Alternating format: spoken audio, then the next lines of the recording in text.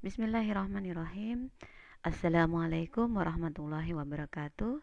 Selamat pagi anak-anak. Bagaimana kabar kalian hari ini? Semoga selalu dalam keadaan sehat walafiat. Tetap di rumah, jaga kesehatan. Alhamdulillah pada pagi hari ini kita bisa bertemu lagi dalam mata pelajaran tematik. Kita akan melanjutkan tema 1 sub tema 4 pembelajaran kedua. Alhamdulillah pada pagi hari ini kita masuk dalam tema 1 subtema 4 pembelajaran kedua. Pada pembelajaran 1 kemarin kita telah belajar tentang perkembangbiakan tumbuhan. Nah, sekarang kita akan merinci satu persatu dengan perkembangbiakan tumbuhan dengan biji. Mari kita baca teks di bawah ini.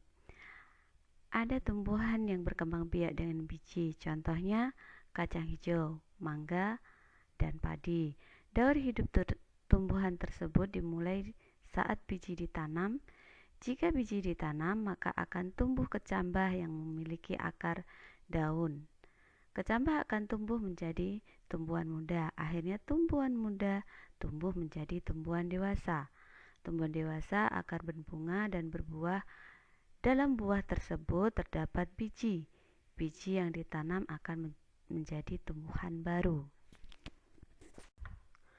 Sesudah kita membaca teks tadi, ayo kita kerjakan latihan berikut. 1. Bagaimana cara pohon mangga berkembang biak? 2. Apa yang terjadi setelah biji ditanam? 3.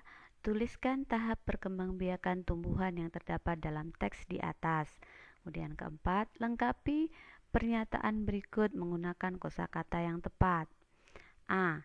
Salah satu cara berkembang biak tumbuhan yaitu dengan B. Setelah biji ditanam akan tumbuh C. Kecambah akan tumbuh menjadi D. Tumbuhan dewasa akan berbunga dan Nah, mari kita membaca kembali perkembangbiakan tumbuhan dengan tunas. Tadi kita sudah membaca tentang perkembangbiakan dengan biji. Sekarang kita akan membahas tentang perkembangbiakan tumbuhan dengan tunas. Selain dengan biji, tumbuhan berkembang biak dengan tunas. Contohnya yaitu pohon pisang dan cocor bebek. Pohon pisang tumbuh dari batang yang ada di dalam tanah. Tunas pisang tumbuh menjadi tumbuhan baru di sekitar induknya. Tumbuhan cocor bebek berkembang biak dengan tunas di daunnya. Tunas cocor bebek di tepi-tepi daun. Nah, ini ada perkembangbiakan tumbuhan. Biji dengan tunas.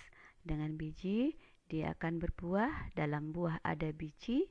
Kemudian biji bisa ditanam dan ditanam akan tumbuh tanaman baru. Dalam tanaman baru kalau sudah tumbuh dewasa dia akan berbunga dan berbuah kembali. Kemudian dari tunas, yaitu tunas akan tumbuh dekat induknya, seperti contohnya adalah pisang dan bambu. Kemudian tumbuh di daun induknya, contohnya adalah cocor bebek. Perkembangbiakan tumbuhan dengan biji. Sebagian besar tumbuhan berkembang biak dengan biji. Tumbuhan dewasa akan berbunga dan menghasilkan buah. Di dalam buah terdapat biji. Biji berkembang menjadi tanaman baru. Tanaman baru tumbuh menjadi dewasa dan berbuah. Perputaran tahapan dan perkembangan tersebut membentuk sebuah siklus atau daur hidup. Perhatikan gambar bagian-bagian biji di bawah ini.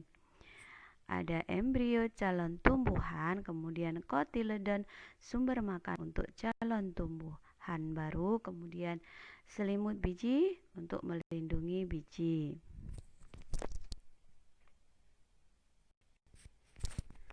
Amatilah gambar berikut ini. Pada gambar berikut ini menunjukkan daur hidup tanaman semangka. Kita bisa melihat ada gambar A, B, C, dan D. Pada gambar A itu ada pohon tanaman semangka yang sudah berbuah. Kemudian pada B ada tunas. Kemudian pada C itu ada tanaman yang sudah tumbuh menjadi dewasa, D biji, kemudian yang E dari tunas kecambah, kemudian ia menjadi tumbuhan muda. Nah, pada gambar yang di Aceh itu kita bisa melengkapi daur hidup itu sesuai dengan siklusnya. Yang pertama, ia ada biji, kemudian biji menjadi kecambah, kemudian dari kecambah ia menjadi tanaman muda, kemudian menjadi tanaman dewasa, dan kemudian dia berbuah, dan dari buah dia menghasilkan biji. Nah, sekarang kita akan belajar tentang gerak lokomotorik, dan ini adalah permainan tradisional, yaitu kita butuh 4 orang yang butuh 5 orang atau beberapa orang, tapi kita butuh 4 orang yang akan menjadi petugas yang memegang batang pohon bambu. Sudah tahu batang pohon bambu? Nah, batang pohon bambu ini juga bisa dijadikan sebuah permainan. Bagaimana cara bermainnya? Yaitu seorang pemain akan bertugas melompat, 4 pemain lainnya bertugas memegang batang bambu. Setiap pasangan memegang bambu berhadapan dan menggerakkan bambu secara bersamaan. Kemudian gerakkan bambu dengan buka dan tutup secara bergantian dengan hentakan masing-masing 2 kali hentakan.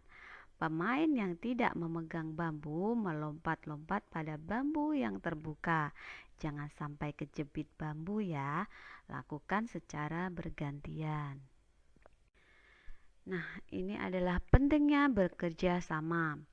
Dalam bermain lompat bambu memerlukan kerjasama yang baik antar sesama pemegang bambu maupun pemainnya. Jika tidak ada kerjasama akan membahayakan pemain dan pemegang bambu. Tangan pemegang bambu bisa terjepit bambu jika tidak bekerja sama dengan baik. Kaki yang melompat pemain akan tersangkut dan terjepit bambu jika tidak ada kerjasama yang baik. Selain kerjasama, konsentrasi pemain pun juga sangat penting saat bermain lompat bambu.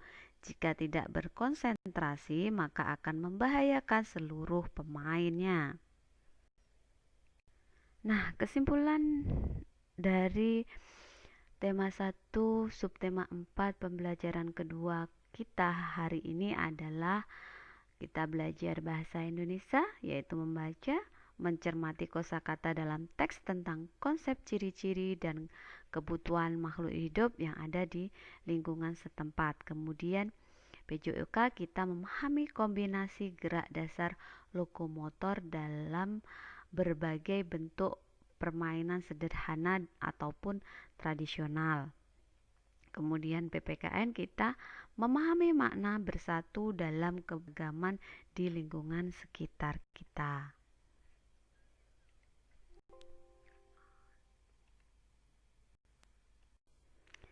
Nah, untuk evaluasi hari ini kalian kerjakan pertanyaan pada slide ketiga ya, yang bacaan tentang bacaan pertumbuhan tanaman dengan biji.